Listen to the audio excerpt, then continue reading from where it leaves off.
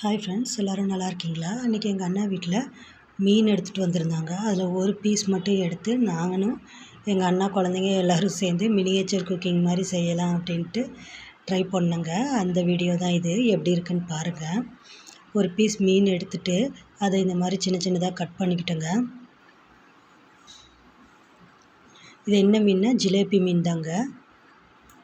மீன் எப்போவுமே நமக்கு அங்கே நல்லா ஃப்ரெஷ்ஷாக கிடைக்குங்க. தண்ணியில் நான் 2-3 டைம் ஏற்கனவே எங்கள் அண்ணா வாஷ் பண்ணிட்டாங்க.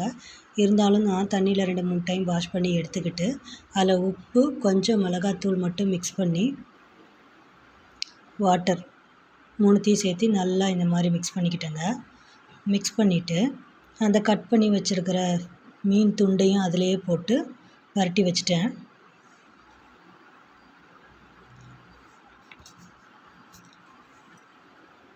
இந்த மாதிரி பாருங்கள். பரட்டிட்டு கொஞ்ச நேரம் காய வச்சுட்டேன். அப்படியே ஃபேன் போட்டு ஃபேன் கடியில் அப்படியே வச்சிட்டேங்க.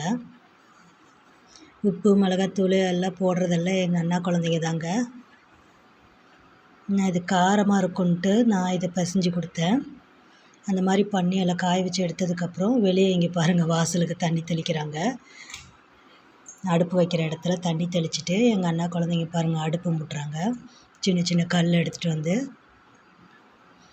அந்த சின்ன பாத்திரத்தை வச்சு பார்க்குறாங்க எப்படி இருக்குன்னு.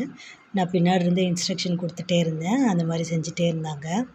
இங்கே பாருங்களேன், சின்ன குழந்தைங்கன்றனால என்னென்ன பண்ணியிருக்கிறாங்க. சரி, நான் அது இருக்கட்டும், எடுக்க வேணாம், அவங்க ஆசையாக பண்ணியிருக்காங்கன்ட்டு அதை நான் எதுவும் எடுக்கலை. அடுத்து இங்கே பாருங்கள், சந்தனம் வச்சு அதுக்கு பொட்டு வச்சிட்ருக்காங்க, குங்குமம் வைக்கிறாங்க, ஒரு கற்பூரம் வைக்கிறாங்க. அடுத்து பற்ற வச்சுட்டு சாமி கும்பிட்டு தான் ஸ்டார்ட் பண்ணுறோம். பெரியவங்க எப்படி பண்ணுவோமோ அந்த ப்ரொசீஜர் எல்லாமே பண்ணுறாங்க.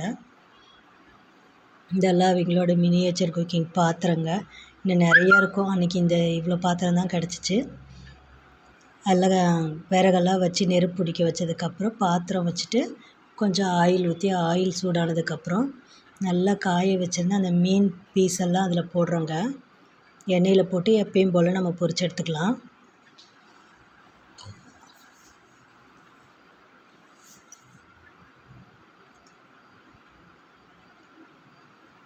முன்னாடி பின்னாடி நம்ம திருப்பி திருப்பி போட்டு நல்லா வெந்ததுக்கப்புறம் எடுத்துக்கலாங்க.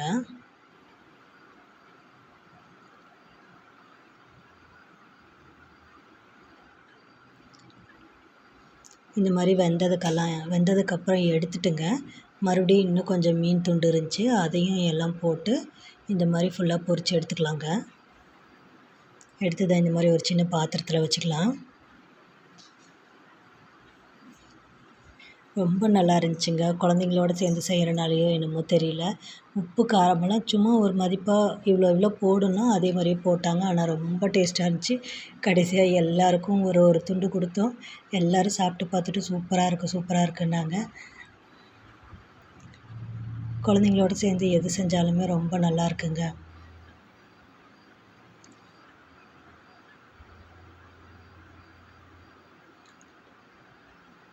லாஸ்ட் இது போட்டு எடுத்துகிட்ருக்கோங்க.